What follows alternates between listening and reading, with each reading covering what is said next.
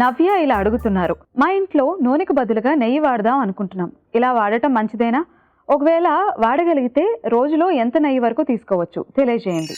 Hello నవ్య గారు, అన్ని రకాల నూనెల్లాగానే నెయ్యిలో కూడా మనకి కంప్లీట్గా 100% ఫ్యాటే ఉంటుంది. సో క్వాంటిటీ రెగ్యులేషన్ అనేది చాలా ఇంపార్టెంట్.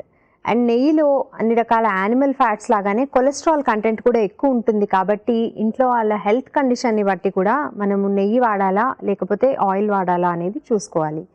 అండ్ నెయ్యి యూజ్ చేసినప్పుడు కూడా ఆయిల్స్ ఎట్లా అయితే కంట్రోల్డ్గా తక్కువ క్వాంటిటీలో తీసుకుంటామో, నెయ్యి కూడా రోజుకి పర్ పర్సన్ 2 స్పూన్స్కి మించకుండా తీసుకున్నట్టయితే ఎటువంటి ఇబ్బంది ఉండదు.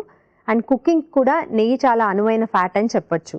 అయితే డీప్ ఫ్రై లాంటివి చేసినట్టయితే కనుక ఎక్కువ క్వాంటిటీలో క్యాలరీస్ తీసుకోవడం మాత్రమే కాకుండా కొలెస్ట్రాల్ తీసుకోవడం కూడా అవుతుంది. కాబట్టి వీలున్నంత వరకు డీప్ ఫ్రైస్ అనేవి ఇన్ జనరల్ తగ్గించడము లేదా అవాయిడ్ చేయటం మంచిది. బట్ అదర్వైజ్ అన్ని రకాల కూరల్లో కానీ తాలింపుల్లో కానీ నెయ్యి యూజ్ చేసుకోవచ్చు.